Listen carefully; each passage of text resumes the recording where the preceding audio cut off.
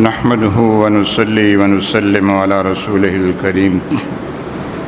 أما بعد فأعوذ بالله من الشيطان الرجيم بسم الله الرحمن الرحيم ومن لم يحكم بما أنزل الله فأولئك هم الظالمون صدق الله مولانا العظيم۔ مخدوم و محترم حضرت علامہ استاذ العلماء و استاذ القراء قبلہ شیخ محمد عبد القیوم محمود صاحب دامت برکاتہم العالیہ، دیگر علماء کرام، اساتذہ کرام،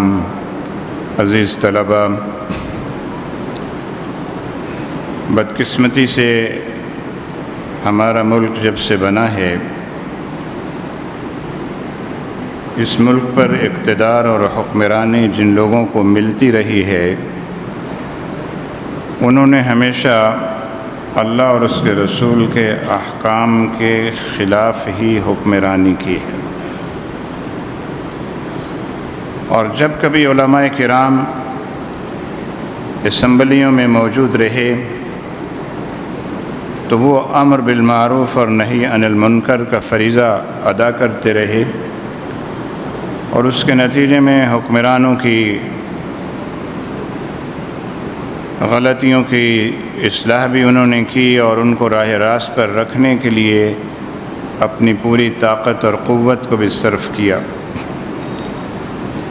جو کچھ اچھے کام قیام پاکستان سے لے کر اب تک ہماری کسی حکومت نے کیے ہیں تو ان کے پیچھے علماء کرام کا ہاتھ ہے۔ حکومتوں نے کیے نہیں ہیں، علماء کرام نے ان سے کروائے ہیں، ورنہ ہماری حکومتوں کا حال تو یہ ہے کہ ہم قرض پہ چلنے والے ممالک میں شامل ہیں۔ ہماری اپنی جو پیداوار ہے ملک کی، جس سے ملک کے اخراجات پورے کیے جاتے ہیں، وہ کم ہے اور ہمارے اخراجات زیادہ ہیں۔ جب اخراجات زیادہ ہیں تو ہم ہر سال بین الاقوامی بنیوں سے، ٹھگوں سے، جن کو آج کل IMF اینڈ ورلڈ بینک کہا جاتا ہے، اور ایسے دوسرے اداروں سے قرضہ لینے پر مجبور ہیں، اور قرض لیتے ہیں اور قرض کا پھر سود ادا کرتے ہیں، اور قرضے بڑھتے بڑھتے اتنے ہو گئے ہیں کہ اب جو ہماری ملک کی پیداوار ہے، اس ساری پیداوار کی جو آمدن ہے وہ بھی، اور جو ہم نے قرضے لیے ہوئے ہیں ان کا ایک حصہ بھی پچھلے قرضوں کے سود کی ادائیگی میں چلا جاتا ہے۔ آپ نے اگر 100 ارب روپے قرض لیا تو 70-80 ارب روپے واپس چلے جاتے ہیں پچھلے قرضوں کے سود کی مد میں۔ تو اب اس سے اندازہ لگائیے کہ ہم کتنے مقروض ہیں، کہ قرضہ تو ہم پتہ نہیں کب ادا کریں گے جو ہم نے لیا ہوا ہے، ان قرضوں کا سود ہی ادا کرنا ہمارے لیے بڑا مشکل ہوتا جا رہا ہے۔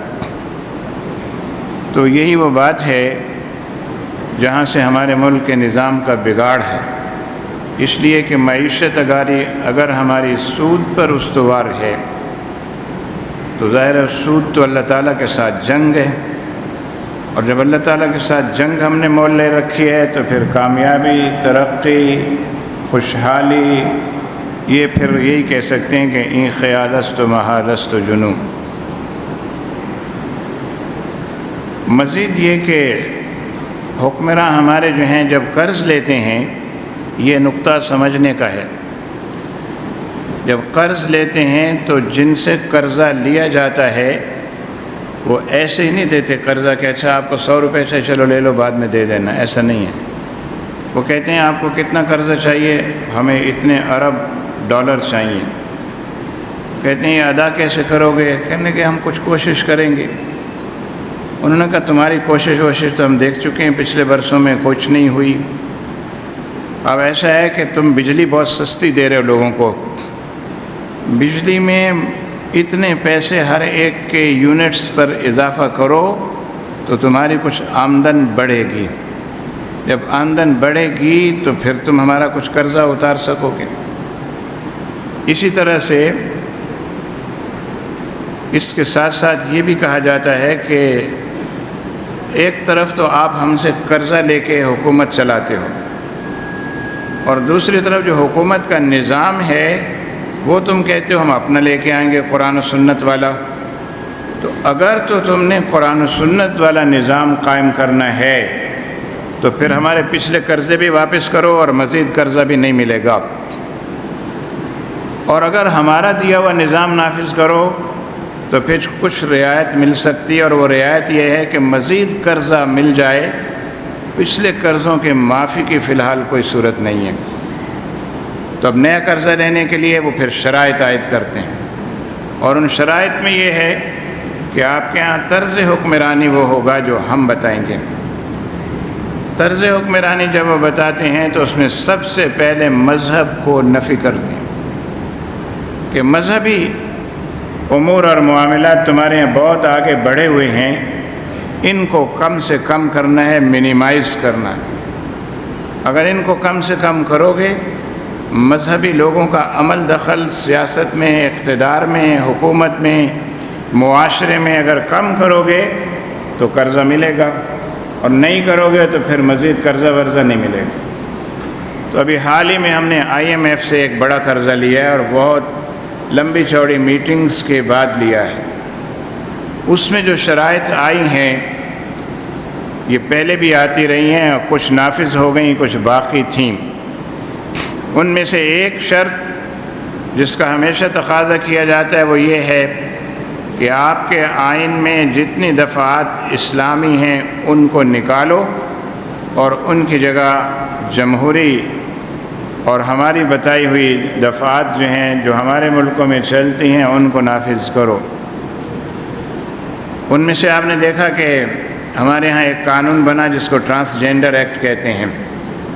اس پر میں پہلے گفتگو کر چکا ہوں آپ حضرات کے سامنے۔ ٹرانسجینڈر ایکٹ بنا تو بظاہر اس کا جو عنوان تھا وہ کیا تھا، یہ جو سڑکوں پہ، چوکوں میں، چوراہوں میں خوبصورت لباس پہن کے ہیجڑے کھڑے ہوتے ہیں، خسرے کھڑے ہوتے ہیں، یہ ان کے حقوق کا قانون ہے تاکہ ان کو بھی معاشرے میں عزت دی جائے، مقام دیا جائے، اور یہ مانگنے والا کام نہ کریں۔ بظاہر اس کا عنوان یہ تھا۔ تو جو ہمارے سیدھے سادے لوگ تھے انہوں نے کہا اس میں تو کوئی حرج کی بات نہیں ہے، اچھا ہے۔ اور ابھی دشواری کی بات یہ ہے کہ ہمارے جتنے بھی قومی اسمبلی کے ممبران ہوتے ہیں وہ یا تو اندھے بہرے گونگے ہوتے ہیں، سمن بکمن عمیون، یا بن جاتے ہیں، یا پھر ان کو پیسہ درکار ہوتا ہے، ان سے کسی چیز پہ بھی ٹھپا لگوا لو، دستخط کروا لو۔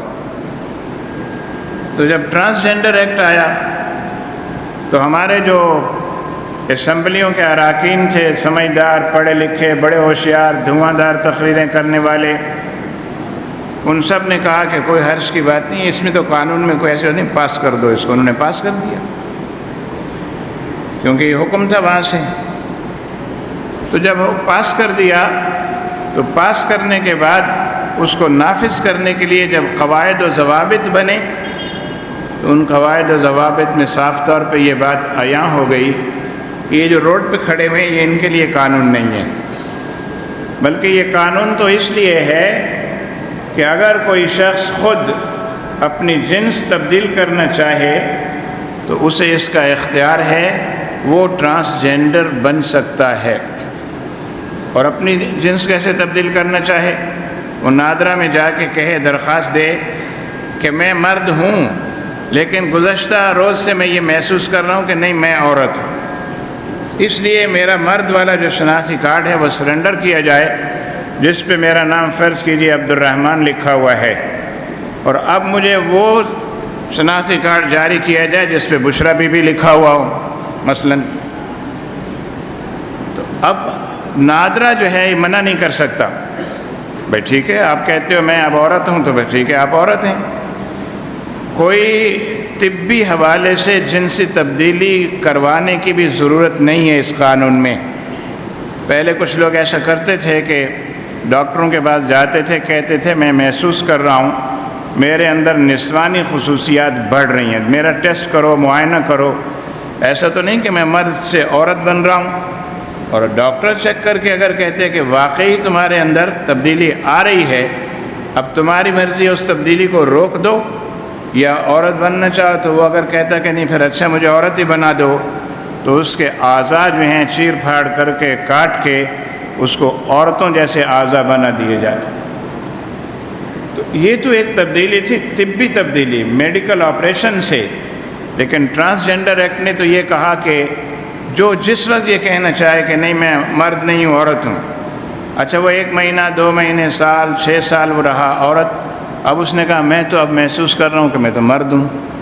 اب وہ پھر چلا جا کے بولے نہیں اب میں محسوس کر رہا ہوں میں مرد ہوں، میں نے عورت والے مزے لے لیے ہیں، اب مجھے دوبارہ مرد بنا دو۔ اب جناب پھر اس کو وہ جو ہے آپ کا نادرہ اس کو دوبارہ پھر مرد تسلیم کر لے گا، دوسرا شناختی کارڈ دے دے گا۔ یہ ایک ایسی بکواس تھی جو ہمارے ملک میں نافذ کی گئی اوپر سے اس حکم کے تحت جس میں یہ کہا گیا کہ پاکستان میں ٹرانسجنڈر کی اجازت نہیں ہے، کیونکہ شرعاً اجازت نہیں ہے، تو اس کی اجازت نہیں ہے تو اس کی اجازت دو، جو لوگ مردوں سے عورت، عورتوں سے مرد بننا چاہتے ہیں بن جائیں۔ تو یہ بھی ہمارے جو قرضے ہیں نا ان کی شرائط میں سے یہ بات تھی، قرضہ ملے گا لیکن یہ کام تم نے کر کے دکھانا ہے، تو انہوں نے کر کے دکھایا۔ پھر ایک اور قانون ابھی پاس تو نہیں ہوا، کئی دفعہ اسمبلیوں میں آ چکا ہے لیکن ہمت نہیں ہوئی اس کو پاس کرنے کی۔ کوشش یہ ہے کہ کسی اور قانون کے اندر لپیٹ کے اس کو پاس کر دیا جائے، کیونکہ اس کے پاس کرانے کے لیے بھی دباؤ ہے، اور وہ ہے کہ ہم جنس پرستی کا قانون۔ تو اس ہم جنس پرستی کے قانون کے لیے اسرائیل نے سب سے پہلے اقوام متحدہ میں یہ آواز اٹھائی، اور اس نے کہا کہ پاکستان ایک ایسا ملک ہے کہ جس کے اندر ہم جنس پرستی کو جرم قرار دیا گیا ہے، تو اس کو جرائم کی فہرست سے نکالا جائے، لوگوں کو آزادی دی جائے۔ اسرائیل کی اس منسٹر کا کلپ تقریر کا یہ میرے موبائل میں موجود ہے، یہ مسجد ہے نا میں اس میں سنوا نہیں سکتا ہوں، اسرائیلی خاتون کی آواز اور پھر اس کے پیچھے جو آوازیں ہیں، اگر ہم کہیں باہر ہوتے تو پھر میں شاید سنوا دیتا آپ کو۔ اس پر وہاں یہ بات طے ہوئی کہ پاکستانی مندوب سے کہو، وہ اپنی حکومت سے کہے، جو ہمارا پاکستانی مندوب وہاں بیٹھا ہوا تھا اس سے کہا گیا، اس نے حکومت پاکستان سے کہا جی وہاں سے یہ مطالبہ ہے، انہوں نے کہا اچھا ابا جی یہ فرما رہے ہیں کہ ایسا کرنا ہے، پھر تو کرنا ہی پڑے گا۔ تو ہمارے حکمرانوں کے ابا جی جو ہیں وہ ادھر کہیں بیٹھے ہوئے باہر، تو جہاں سے جو بھیجتے ہیں حکم پھر اس کو نافذ کرنا ہوتا ہے۔ تو یہاں پر ایک قانون تیار کیا گیا اور اس کو ہم جنس پرستی کا قانون کہا گیا۔ اس کے بارے میں اخبارات میں بہت کچھ لکھا گیا اور چھپا، سوشل میڈیا پہ بھی بہت ساری چیزیں وائرل ہوئیں۔ قانون بن کے تیار ہے عمران خان کے دور سے، اور کسی وقت بھی اس کو اسمبلی میں لایا جا سکتا ہے، لیکن ظاہر ہے اعلانیہ نہیں لا سکتے، جیسے ٹرانسجنڈر کو لپیٹ کے لائے تھے کہ یہ ہجڑوں کے لیے بنا رہے ہیں، اور بن گیا وہ ان سب کے لیے جو بھی ہجڑا بننا چاہے یا ان جیسا بننا چاہے۔ اب جو نئی چیز سامنے آئی وہ یہ کہ عمران خان کے دور میں ہی یہ قانون بھی بنا، تیار کیا گیا، اس کا مسودہ ڈرافٹنگ کی گئی اس کی، کہ یہاں پر جو ہے پاکستان کے اندر کچھ زیادتیاں ہیں، کچھ ظلم ہیں عوام کی آزادی کو سلب کرنے والی، تو ان میں سے ایک یہ ہے کہ یہاں انتہا پسندی بہت ہے، مذہبی انتہا پسندی۔ تو اس مذہبی انتہا پسندی کو ختم کیا جائے، یہ IMF کی شرائط میں بھی ہے، ورلڈ بینک کی شرائط میں بھی ہے، اور یہ وہاں سے باہر سے جو ہمارے آقا ہیں ان کی طرف سے مسلسل مطالبہ ہوتا رہتا ہے۔ اور یہ بھی مطالبہ ہمیشہ ہوتا ہے کہ آئین میں ہمارے جو ختم نبوت کے تحفظ کے لیے دفعات ہیں ان کو بھی نکالا جائے، اور یہ قادیانی مطالبہ کرتے رہتے ہیں، اور اپنے بڑوں سے، امریکہ سے، یورپین یونین سے وغیرہ وغیرہ سے یہ مطالبہ کرواتے رہتے ہیں۔ اور دوسرے ناموس رسالت کے تحفظ کے لیے آئین میں جو 295C اور 298ABC ہے، اس کو بھی آئین سے نکالا جائے تاکہ لوگ آزاد ہوں، اور یہ جو آپ نے مذہبی لوگوں کو سر پہ بٹھا رکھا ہے ان کا اثر و رسوخ کم ہو جائے، قادیانی بڑھیں، ختم نبوت کا جو عقیدہ ہے اس کے تحفظ کا قانون ختم ہو جائے۔ اب آپ دیکھیں اس وقت قانون ہے تو اس کا فائدہ یہ ہے کہ آپ درخواست دیتے ہیں، پریشر بلڈ اپ کرتے ہیں، فلاں علاقے کا قادیانیوں نے اپنی عبادت گاہ کو مسجد ایسا بنا لیا ہے، آئین میں لکھا ہے وہ بنا نہیں سکتے، تو آپ کہتے ہیں کہ اس کو ختم کیا جائے۔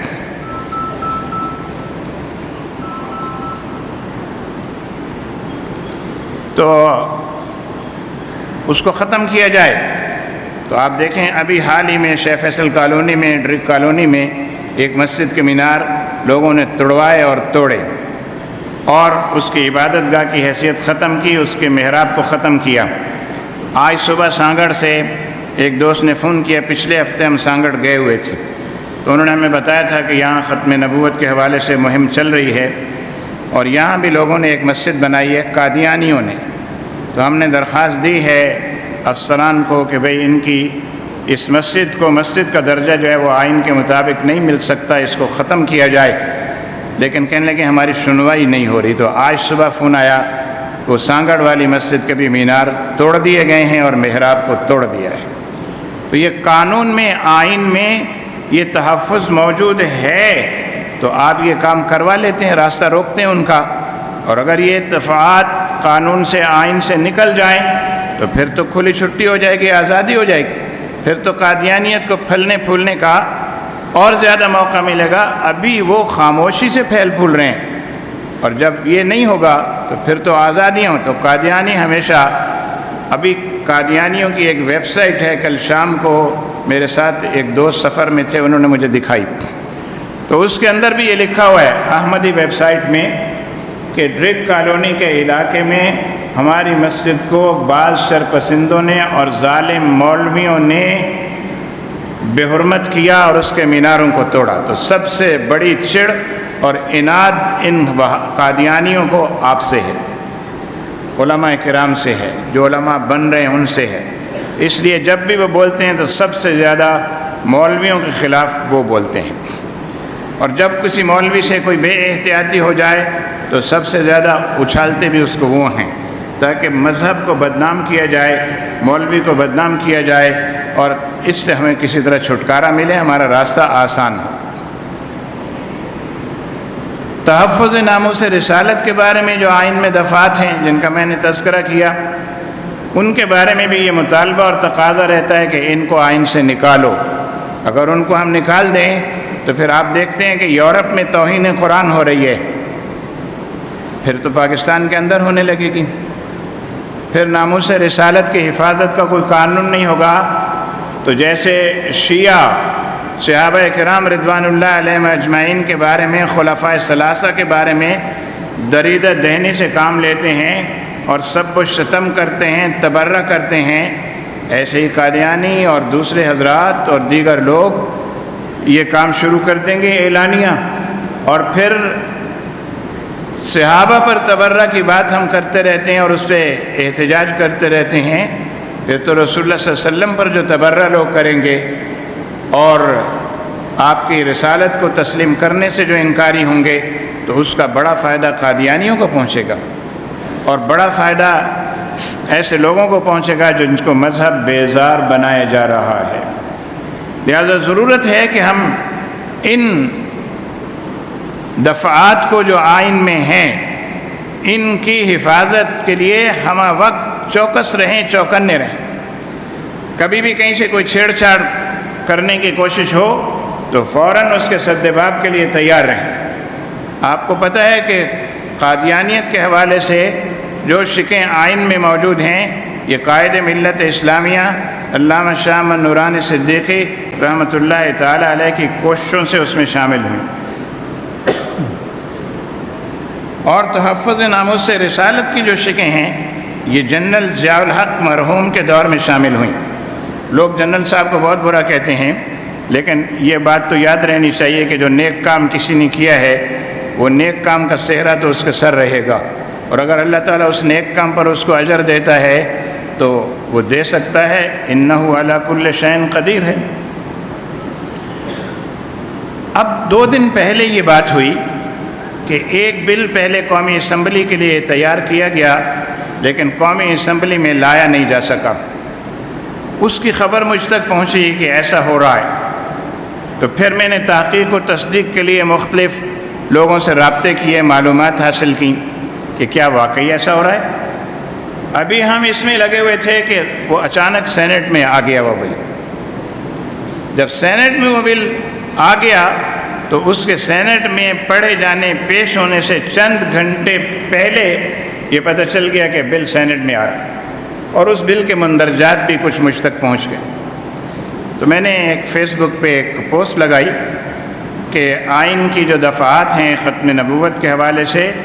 اور توہین رسالت کے حوالے سے ان کو شدید خطرہ لاحق ہے اور ان کو ختم کرنے کی یہ سازش ہو رہی ہے، بل لایا جا رہا ہے۔ تو جب میں نے یہ پوسٹ لگائی تو الحمدللہ وہ وائرل ہوئی اور پورے ملک میں وائرل ہوئی، اور بڑی تیزی کے ساتھ ایک دن کے اندر اندر وائرل ہوئی، اور اس کے نتیجے میں ایک احتجاجی کیفیت ملک میں پیدا ہونا شروع ہو گئی۔ بعض ہمارے اپنے دوستوں نے بھی اور بعض انجانے میں لوگوں نے بھی فون کر کے میسج کر کے کہا کہ یہ جو بل آ رہا ہے اس میں تو توہین رسالت کے حوالے سے کوئی ایسی بات نہیں ہے، اور اس میں تو ختم نبوت کے حوالے سے کوئی مسئلہ نہیں ہے، یہ تو کچھ اور بل ہے، اور آپ کہہ رہے ہیں کہ ان چیزوں کو خطرہ ہے۔ تو میں نے کہا اچھا، وقت بتائے گا کہ جو ہم کہہ رہے ہیں وہ صحیح ہے یا نہیں ہے۔ چنانچہ اس پوسٹ کے بعد جب احتجاج بلڈ اپ ہونا شروع ہوا، بیانات آنے لگے، اور یہ بھی خبر چل گئی کہ تحریک لبیک نے فیصلہ کیا ہے کہ فوری طور پر ایک پرزور احتجاج منظم کیا جائے گا، کال کا انتظار کرو۔ تو کان کھڑے ہو گئے۔ سینٹ میں بل پیش ہوا۔ جب بل پیش ہوا تو اسی کے ساتھ ہی خود پیپلز پارٹی کے بعض سینیٹرز اور پی ڈی ایم کی دوسری جماعتوں کے بعض سینیٹرز کھڑے ہو گئے۔ انہوں نے کہا خدا کا خوف کرو، یہ کیسا بل لے کے آ رہے ہو، ہمیں مروانا چاہتے ہو مولویوں سے۔ ان کو پتہ چل گیا کہ اس کا تعلق مولویوں کے ساتھ ہے، اور اس کے نتیجے میں احتجاج مذہبی جماعتیں اٹھائیں گی، یہ تحریک جو ہے یہ احتجاج کرے گی، پھر ہمیں کہیں چھپنے کی جگہ نہیں ملے گی۔ لیکن افسوس ہے ہمارے اپنے بعض لوگوں کو اس کا ادراک نہیں ہو سکا، اور وہ یہی سمجھتے رہے کہ اس بل کا جو ہے ہمارے اس معاملات سے کوئی تعلق نہیں ہے۔ تو وہ بل کی کاپی یہ میں نے حاصل کی سینٹ پاکستان سے، اور میں نے اس کو پرنٹ نکالا۔ اس کی صرف ایک شک جو ہے جس نے مجھے بہت زیادہ اس طرح متوجہ کیا، تو میں نے اس کے خلاف کام کرنے کا سوچا۔ لکھتے ہیں کہ پرووکیشن آف ریلیجیس اور sectarian strife of hatred associated with violence اور calls for violence and the use of any religious practice causing a threat to security. اس کا مطلب یہ ہوتا ہے کہ کوئی بھی مذہبی اجتماع، کوئی بھی مذہبی لوگوں کی ایسی سوچ اور فکر، کوئی بھی مذہبی لوگوں کی ایسی کارروائی جس سے لوگوں کے اندر انتہا پسندی یا شدت پیدا ہوتی ہو، جو کوئی شخص یہ کرے گا یا جو کوئی جماعت ایسا کوئی کام کرے گی، اس کے خلاف اس قانون کے تحت کارروائی کی جائے گی۔ اور وہ کیا ہوگی؟ اگر کوئی جماعت یہ کام کرتی ہے، احتجاج منظم کرتی ہے اور انتہا پسندی کا کام کرتی ہے، تو اس جماعت کے لیڈرز کو 50 سال اور 20 سال کی قید ہو سکتی ہے، اور 50 لاکھ اور 20 لاکھ جرمانہ ہو سکتا ہے، اور اگر کوئی فرد یہ کام کرتا ہے تو اس کو 5 سے 10 سال کی قید ہو سکتی ہے، اور ایسے ہی اس کو جرمانہ ہو سکتا ہے۔ تو میں نے سوچا یہ کس کے لیے پیش بندی ہو رہی ہے؟ کون ایسے لوگ ہوں گے جو ایسا کوئی کام کریں گے؟ تو ماضی میں جھانک کے اگر آپ بھی دیکھیں، میں نے بھی دیکھا، تو آپ کو یاد ہوگا، پرانی بات نہیں ہے، جب تحریک لبیک نے احتجاج منظم کیا اور وہ جا رہے تھے اسلام آباد کی طرف، تو جہلم کے قریب خندقیں کھودی گئیں، اور اس وقت کے وزیروں کے بیانات آپ کو اگر یاد ہوں تو کیا تھے؟ یہ سارے کیا ہیں؟ یہ سارے کے سارے مذہبی انتہا پسند لوگ ہیں، ان کو اس قبر میں زندہ ہم دفنائیں گے۔ اور اوپر سے حکم بھی یہ آ گیا تھا ان کو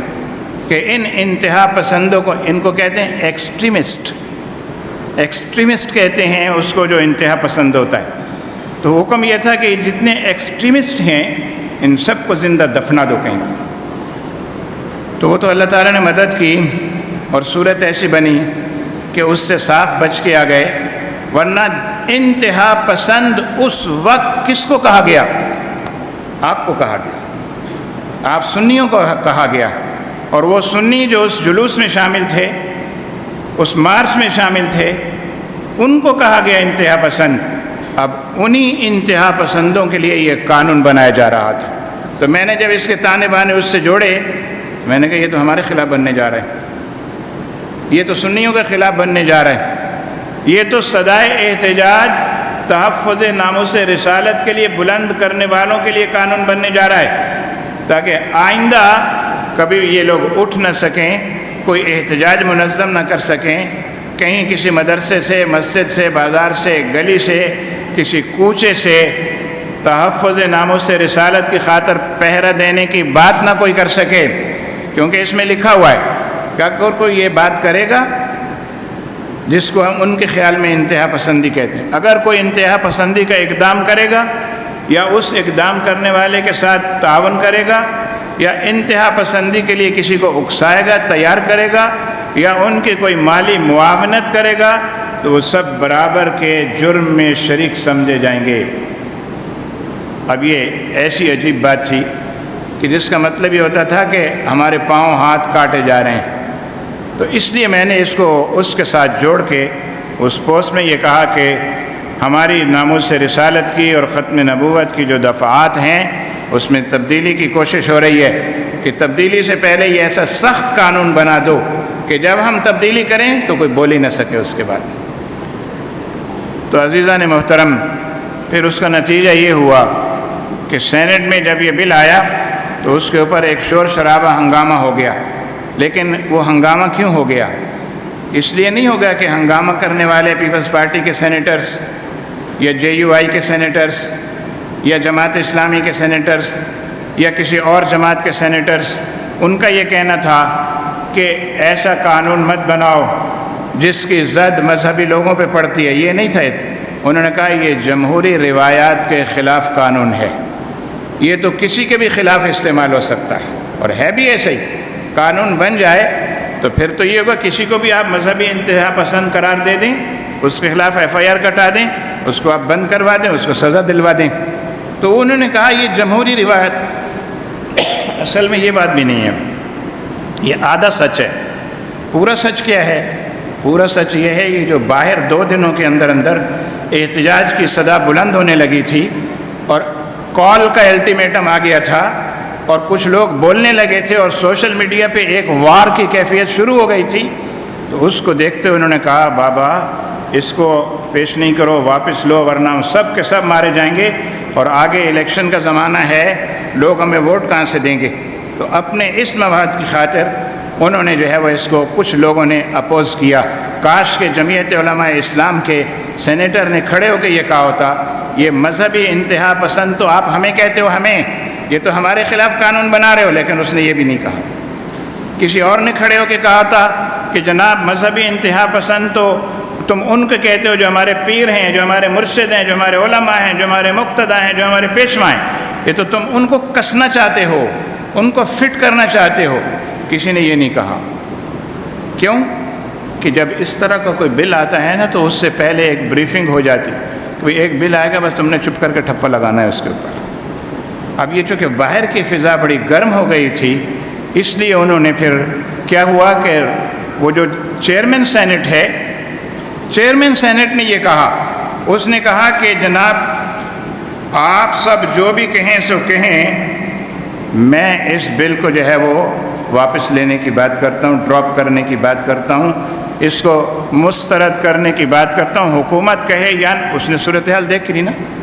تو اس لیے اس نے یہ کہا۔ اور پیش جس نے کیا تھا وفاقی وزیر قانون نذیر تارڑ صاحب کو پیش کرنا چاہیے تھا، کیونکہ بل وزیر قانون پیش کرتا ہے، لیکن میں یہ بل لے کے آئے ہو، جب باہر کی فضا بڑی خراب ہے تو پھر تو مولویوں کے ہاتھ ہوں گے اور ہمارے گریبان ہوں گے، تو اس لیے یہ بل پاس نہ ہو سکا۔ 12 اگست کو اس حکومت کی مدت ختم ہونے جا رہی ہے۔ آپ اندازہ لگائیں کہ یہ گزشتہ 10-15 دن کے اندر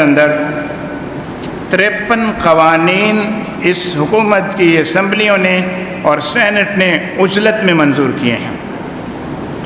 قانون منظور کرنے کے لیے ہوتا ہے کہ قانون کا مسودہ پہلے آپ کو دیا جاتا ہے، اگر آپ سینیٹر ہیں یا قومی اسمبلی کے ممبر ہیں، آپ اس کا مطالعہ کرتے ہیں، اس پہ اپنے نوٹس لکھتے ہیں، پھر وہاں تقریر کا موقع ہوتا ہے، تقریر کرتے ہیں، کئی دن اس پہ بحث جاری رہتی ہے، اس بحث کے بعد نتیجہ نکلتا ہے، پھر کسی کمیٹی کے حوالے ہوتا ہے، پھر کمیٹی اپنی رپورٹ دیتی ہے، پھر وہ جا کے بل جو ہے ایکٹ بنتا ہے۔ لیکن یہ گزشتہ 2 ہفتے کے اندر 53 ایسے بل اور ایکٹ آنکھیں بند کر کے لوگوں نے ٹھپا لگا کے پاس کر دیے۔ اب اس میں کیا کیا پاس ہو گیا ہے، یہ تو جب وہ بل سامنے آئیں گے ان کو ہم کھولیں گے، ان کو دیکھیں گے تو پتہ چلے گا، لیکن اس کا بروقت پتہ چل جانے سے یہ فائدہ ہوا کہ الحمدللہ یہ بل پاس ہونے سے رک گیا۔ چیئرمین سینٹ جو صادق سنجرانی صاحب ہیں، انہوں نے کہا کہ یہ پرتشدد انتہا پسندی کی روک تھام کا بل ہے، اس پر ہمارے اراکین کیا کہتے ہیں؟ ان کے اراکین میں سے بعض تو ابل پڑے، انہوں نے کہا ارے بھائی یہ انتہا پسندی کا بل تو جن لوگوں کے خلاف ہے یہ سب کو پتہ ہے، تو ہمارے لیے حالات مشکل ہو جائیں گے، اس لیے اس بل پر کوئی بحث نہ کی جائے، اس کو نہ لایا جائے زیر بحث۔ خود ان کے کئی اراکین کھڑے ہو گئے۔ سب سے اچھی بات اگر کس نے کی تو جماعت اسلامی کے سینیٹر نے کی۔ اس نے کہا میں اس کی اس لیے مخالفت کرتا ہوں کہ اس میں کسی کو بھی فٹ کرنا اور کسنا جو ہے وہ آسان ہو جائے گا، اور باقیوں نے تو جمہوریت کی بات کی، اور سینیٹر مشتاق نے کہا کہ بل پی ٹی آئی نہیں تمام سیاسی جماعتوں کے خلاف ہے، کیونکہ پی ٹی آئی والے کہہ رہے تھے یہ ہمارے خلاف ہے۔ اب آپ بتاؤ پی ٹی آئی والے مذہبی لوگ ہیں؟ مذہبی لوگ تو نہیں ہیں، یہ تو مذہبی انتہا پسندی کا بل ہے، تو یہ پی ٹی آئی کے خلاف کیسے ہوگا؟ اب مذہبی انتہا پسندی کا جو تمغہ جو لیبل لگایا گیا ہے وہ تو تحریک لبیک پہ لگایا گیا ہے، تو بل تو اس کے خلاف ہے، لیکن حزب اختلاف اور حزب اقتدار کی بات ہوتی ہے نا، تو وہ ایک دوسرے کے خلاف بولنے کے لیے انہوں نے کہا یہ ہمارے خلاف ہے، دوسروں نے کہا نہیں تمہارے خلاف نہیں ہے۔ سینیٹر طاہر بزنجو نے کہا کہ یہ بل جمہوریت پر کھلا حملہ ہے، اور بل کے متن میں جو خاص باتیں ہیں وہ میں آپ کو بتاتا ہوں۔ اس بل کی خاص باتیں یہ ہیں کہ انتہا پسندی سے مراد کیا ہے، اس میں لکھا ہوا ہے انتہا پسندی سے مراد نظریاتی عقائد، مذہبی اور سیاسی معاملات میں طاقت کا استعمال اور تشدد ہے۔ تو یہ مذہبی معاملات کس کے ہیں؟ یا مذہبی جماعتوں کے ہیں یا مساجد و مدارس کے ہیں، تو یہ تو ان کو روکنے کے لیے یہ ہو رہا تھا۔ اور پھر کہا کہ فرقہ واریت کی خاطر دھمکانا یا اکسانا، فرقہ واریت کی ایسے حمایت کرنا جس کی قانون میں ممانعت ہو، پرتشدد انتہا پسندی میں شامل کسی فرد یا تنظیم کی مالی معاونت کرنا یا تشدد اور دشمنی کے لیے اکسانا بھی شامل ہے۔ اس مجوزہ بل کے مطابق شیڈول میں شامل شخص کو تحفظ اور پناہ دینا یہ بھی پرتشدد انتہا پسندی میں شامل، یعنی کوئی آدمی اگر بھاگ کے آ گیا آپ کے پاس، اس نے پناہ لے لی اور وہ ہے مولوی ہے، عالم ہے، بزرگ ہے کوئی، اور اس پر انتہا پسندی کا لیبل لگایا ہے، تو آپ نے پناہ دی تو آپ کے اوپر بھی اس کا اطلاق ہو جائے گا۔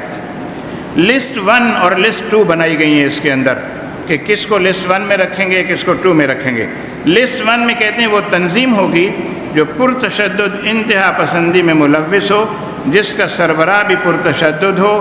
اس کو اور اس کی تنظیم کو لسٹ 1 میں رکھا جائے گا۔ آپ کے سارے لوگ گئے لسٹ 1 کے اندر۔ اور لسٹ 2 بل کے مطابق ایسے افراد شامل ہیں جو تشدد اور انتہا پسندی میں ملوث پائے جائیں، اور لسٹ 2 میں پرتشدد ادارے، لیڈر یا پرتشدد ادارے کی مالی معاونت کرنے والے شامل ہوں گے۔ حکومت پر تشدد فرد اور تشدد تنظیم کی میڈیا تک رسائی یا اشاعت پر پابندی لگائی جائے گی۔ بل کے متن کے مطابق پرتشدد تنظیم کے لیڈر، عہدیداران اور ممبران کا اسلحہ لائسنس منسوخ کر دیا جائے گا۔ اثاثے اور پراپرٹی ضبط کر لی جائے گی، بینک اکاؤنٹ منجمد کر دیے جائیں گے، پرتشدد تنظیم کو الیکشن میں حصہ لینے کی اجازت نہیں ہوگی۔ یہ راستہ روکا جا رہا ہے تاکہ آپ ان سے کہیں آپ تو پرتشدد مذہبی تنظیم ہے، آپ الیکشن نہیں لڑ سکتے۔ یہ وہ ایجنڈا ہے جو ایک عرصے سے پاکستان میں نافذ ہے کہ اسمبلیوں سے علماء کو، وہ کہتے ہیں مولویوں کو دور رکھو۔ یہ اسمبلیوں میں آتے ہیں تو پھر یہ ختم نبوت کا قانون بنواتے ہیں، یہ قادیانیوں کو غیر مسلم اقلیت قرار دلواتے ہیں، اس لیے ان کو اسمبلیوں سے باہر رکھو۔ چنانچہ آپ دیکھیں عمران خان کے دور کی اسمبلی ہو یا موجودہ جو چل رہی ہیں وہی پیچھے والی اسمبلیاں، ان میں آپ کو علماء کرام نظر نہیں آتے ہیں۔ اکا دکا اگر کوئی JUI کے ہیں یا کسی اور کے ہیں تو وہ بھی ایسے ہی ہیں جو شامل باجا ہوتے ہیں، ورنہ اگر وہ اپنا اصل کردار ادا کرتے تو اس بل کے اوپر پھٹ نہ پڑتے، بولتے نہیں ایوان کے اندر۔ پھر اس کے اندر لکھا ہے کہ پرتشدد انتہا پسندی کے مرتکب شخص کو 3 سے 10 سال تک سزا اور 20 لاکھ روپے تک جرمانہ ہوگا، کوئی طالب علم ہی کیوں نہ پھنس جائے۔ آپ کو یاد ہوگا جو پچھلا ہمارا وہ ہوا تھا دھرنا، اس کے اندر جن لوگوں کو گرفتار کیا گیا تھا ان پر جو دفعات لگی تھیں وہ کیا تھیں جی؟ ان پر جو دفعات لگی تھی دہشت گردی کی دفعات لگی تھی، ان کو دہشت گرد قرار دیا گیا تھا۔ اب اس کی ایک بہن کھڑی کر دی ہے، اس وقت دہشت گرد کہا تھا، اب انتہا پسند کہا جائے گا اس قانون کے مطابق، اور انتہا پسندی کی آپ کے اوپر دفع لگا کے آپ کا بندوبست کیا جائے گا۔ یہ اس بل کا مقصد ہے۔ ملوث تنظیم کو 50 لاکھ روپے جرمانہ ہوگا، تنظیم تحلیل کر دی جائے گی، قانون کی خلاف ورزی کرنے والی تنظیم کو 20 لاکھ روپے تک مزید جرمانہ ہوگا، جرم ثابت ہونے پر فرد یا تنظیم کی پراپرٹی اور اثاثے ضبط کر لیے جائیں گے۔ پیپلز پارٹی کے سینیٹر شہادت آوان صاحب نے یہ بل پیش کیا سینٹ میں۔ جب بل پیش کیا تو میں نے جیسے پہلے آپ سے عرض کیا، خود پارٹی کے اپنے لوگوں کے غیظ و غضب کا نشانہ ان کو بننا پڑ گیا کہ یار تم ایسے وقت میں یہ بل لے کے آئے ہو کہ جب اسمبلی ہماری جا رہی ہے، حکومت جا رہی ہے، الیکشن ہونے والے ہیں، اب تم آخری وقت میں ہمارے ساتھ کیا کرانا چاہتے ہو۔ لیکن میں ایک بات آپ کو یاد دلا دوں، اس طرح کے کام آخر میں ہی کروائے جاتے ہیں تاکہ جانے والے انکار بھی نہ کر سکیں ہم تو جا رہے ہیں، ٹھپا لگا دو بعد میں دیکھا جائے گا۔ اور دوسری بات یہ ہے کہ پہلے اگر کرائیں گے تو لوگ کہیں گے اس کو ہم پڑھیں گے، غور کریں گے، اب تو اجلت میں ہو جائے گا۔ 2017 میں ختم نبوت کے حلف نامے میں جو تبدیلی ہوئی تھی وہ بھی ایسے ہی ہوئی تھی۔ اجلت میں وہ بل آیا تھا، اجلت میں لوگوں نے پڑھا نہیں، پاس کر دیا، بعد میں جب لوگوں نے پوائنٹ آؤٹ کیا تو تب انہوں نے کہا کہ ہم بھی شریک تو تھے اس کے پاس کرنے میں، لیکن ہم سمجھ ہی نہیں سکے کہ اس سے یہ معاملہ بھی کھڑا ہو جائے گا۔ تو ایسے ہی اس بل میں اصلاً نقصان پہنچانا مقصود ہے تحفظ ختم نبوت کو اور ناموس رسالت کے کاز کو اور مشن کو، اور اس کا عنوان جو انہوں نے رکھا ہے وہ ہے انتہا پسندی کے خلاف بل۔ اب وہ کہہ سکتے نہیں، آپ سے ہم نہیں کہہ رہے آپ انتہا پسند ہو، تو پھر کون ہے انتہا پسند؟ آپ تو پچھلی حکومت کے دور میں کلیئرلی لاؤڈلی آپ کہہ چکے ہو یہ سارے لوگ انتہا پسند ہیں، ان کو غرق دریا کر دو یا زندہ ان کو قبرستانوں کے اندر دفن کر دو۔ حضرات محترم، جن لوگوں نے اس کو سمجھا انہوں نے بھی اپنے رد عمل کا اظہار کیا، جنہوں نے نہیں سمجھا تھا پوسٹ پر انہوں نے بھی اپنے رد عمل کا اظہار کیا۔ پھر میں نے دوسری پوسٹ لگائی ہے، میں نے کہا کہ اس پر APC بلانی چاہیے، تمام مذہبی جماعتوں کو اپنی مشترکہ میٹنگ کال کر کے اس کے خلاف احتجاج کرنا چاہیے کہ اس کے بعد اگلا قدم یہ ہوگا کہ تحفظ ناموس رسالت اور ختم نبوت کے جو قوانین ہیں، جو شکیں ہیں، وہ ساری نکال دیں گے اور آپ کو احتجاج کرنے کا حق بھی نہیں ہوگا۔ تو جنہوں نے سمجھا انہوں نے کیا کیا، لاہور میں یہ لوگ جمع ہوئے اور انہوں نے یہ ایک اعلامیہ جاری کیا، اس کے کچھ حصے میں آپ کو پڑھ کے سناتا ہوں۔ انہوں نے کہا کہ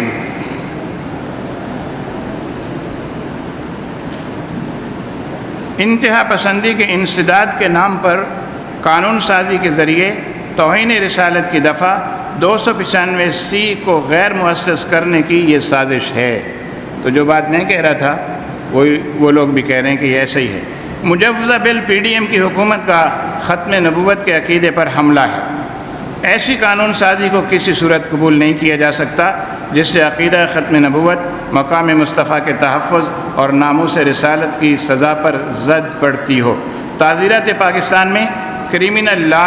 ترمیمی ایکٹ مجریہ 1986 کے ذریعے 295(c) کا اضافہ کیا گیا تھا۔ اس دفعہ کے تحت رسول اکرم صلی اللہ علیہ وسلم کے لیے اہانت آمیز الفاظ استعمال کرنے والے کو سزائے موت یا سزائے عمر قید کا مستوجب قرار دیا گیا تھا۔ تاہم 295(c) میں متبادل سزا یعنی عمر قید کو چیلنج کیا گیا وفاقی شرعی عدالت میں، اور وفاقی شرعی عدالت نے 1990 میں پٹیشن کو منظور کرتے ہوئے یہ طے کیا کہ کوئی بھی توہین رسالت کا ارتکاب کرے گا تو اس کی سزا سزائے موت ہوگی۔ اس پر پیچھے ہم لوگوں نے محنت کی ہوئی ہے، ہم سے مراد ہمارے اکابر و اسلاف نے محنت کی ہوئی ہے، ہمارے بڑوں نے بزرگوں نے محنت کی، اور یہ بات اس وقت طے ہوئی۔ اب جب یہ طے ہو گئی تو اب یہ ہو رہا ہے حکومت پاکستان کو، اس وقت تو وفاقی شرعی عدالت نے یہ ہدایت کی تھی کہ 295(c) سے جو لکھا ہوا ہے کہ سزائے موت یا عمر قید کی سزا، تو عدالت نے کہا یا عمر قید کے الفاظ اس میں سے نکال دیے جائیں۔ آج تک نہیں نکالے گئے۔ کیوں نہیں نکالے گئے؟ کہ بیرونی ایجنڈا یہی ہے نا کہ عمر قید میں اس کو بدل دو اور سزائے موت مت دو۔ عمر قید والے کو چھڑانا آسان ہوتا ہے اور سزائے موت والے کو چھڑانا مشکل ہو جائے گا۔ پھر عمر قید کے الفاظ حذف نہیں کیے گئے۔ عمر قید کے الفاظ تعزیرات پاکستان کے دفعہ 295(c) میں آج بھی موجود ہیں۔ اب پھر یہ لعنت موجودہ حکومت کے اتحادیوں کے حصے میں آئی، جس کا حصہ JUI بھی ہے۔ انہوں نے ختم نبوت کے عقیدہ اور مقام مصطفیٰ کے تحفظ کے قانون پر حملہ کیا۔ مجوزہ بل میں ایک جگہ یہ لکھا ہوا ہے حضرت محمد صلی اللہ علیہ وسلم کے نام کے ساتھ پروفٹ لکھنا چاہیے، پروفٹ محمد صلی اللہ علیہ وسلم۔ وہاں لکھا ہوا ہے پروفٹس، صیغہ جمع کا استعمال کیا ہے تاکہ وہ جو خاص حضور کی توہین کی بات ہے وہ نکل جائے اس میں سے۔ تو پروفٹس کے لیے جو توہین کرے گا تو اس کو سزا ملنی چاہیے، انہوں نے کہا عمر قید کی۔ یہ مطالبہ اور تقاضا ہے اس میں۔ اسی طرح توہین رسالت کی سزا سزائے موت کی بجائے 3 سال سے 10 سال تک کی سزا اور جرمانے کی سزا 5 لاکھ سے 20 لاکھ تک کی سزا رکھی گئی ہے۔ اگر یہ بل پاس ہو کر قانون کا درجہ حاصل کر لیتا تو اوور رائڈنگ ایفیکٹ یہ قانون کا ایک اصول ہے اور اصطلاح ہے۔ اوور رائڈنگ ایفیکٹ کے تحت یہ قانون 295(c) کو غیر مؤثر کر دیتا،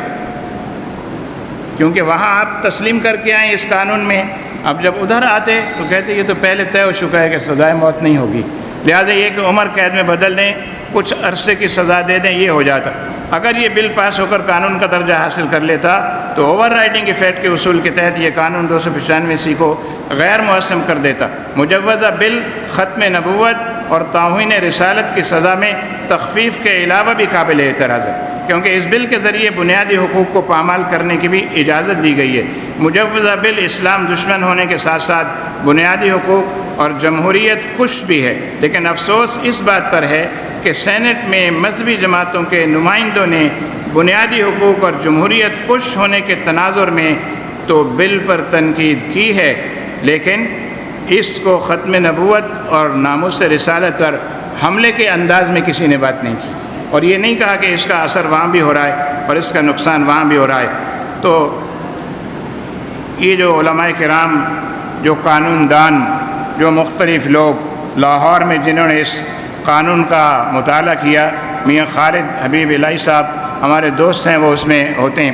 انہوں نے مجھے یہ ساری بات بھیجی کہ یہاں پر یہ کارروائی لوگوں نے کی ہے، اور یہ کہا ہے کہ اگر حکومت نے دوبارہ پھر یہ بل سینٹ میں لانے کی کوشش کی یا اسمبلی میں لانے کی کوشش کی تو پھر کیا ہوگا؟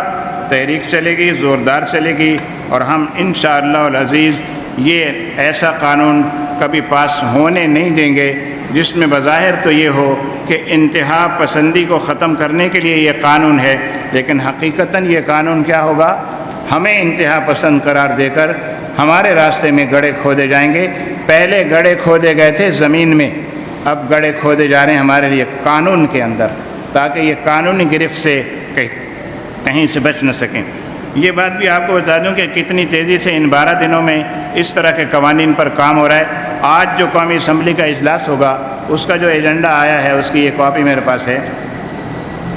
اس میں جو بل عجلت میں ابھی پاس کیے جائیں گے، جن کو پڑھنے کا کسی کے پاس ٹائم نہیں ہوگا، موقع بھی نہیں ہوگا، پاکستانی شہری ہوا بازی کا bill 2023، national logistic corporation bill 2023، national anti money laundering and counter financing of terrorism authority bill 2023، وفاقی عدالتی کارروائی کی خدمت کا بل 2023، صحافیوں اور میڈیا پیشہ وروں کے تحفظ کا ترمیمی bill 2023، gun and country club bill 2023، sectors H8 H11 میں قبرستانوں کی دیکھ بھال میں CDA کی مبینہ غفلت پر ایوان کی توجہ مرکوز کروانے کے لیے بل، پریس، اخبارات، نیوز ایجنسیز و کتب رجسٹریشن ترمیمی بل 2023۔ اب اتنے سارے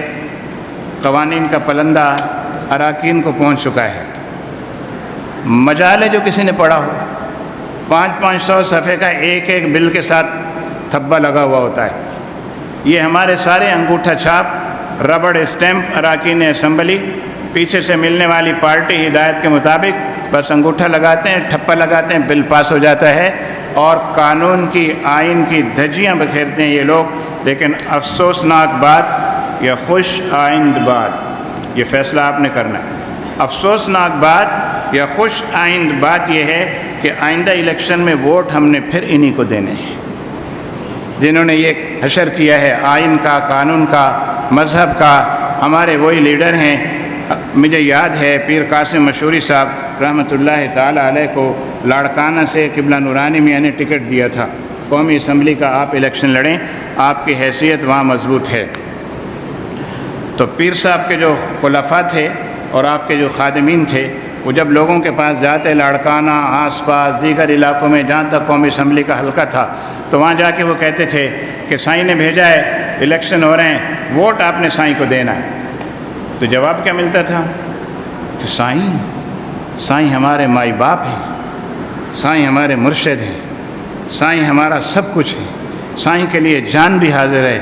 لیکن سائیں کی خدمت میں عرض کرو محبتیں آپ کے ساتھ ہیں، چندہ نذرانہ آپ کو دیں گے، لیکن ووٹ جو ہے وہ PPP کو دیں گے۔ تو ایسے ہی ہمارے شہادت آوان صاحب ہیں جنہوں نے یہ بل پیش کیا۔ کل ان سے ہمارے ایک دوست کی بات ہوئی فون پر، انہوں نے کہا توبہ توبہ، میں ختم نبوت اور توہین رسالت کے بارے میں کوئی ایسا بل پیش کروں گا یا ایسی بات کروں گا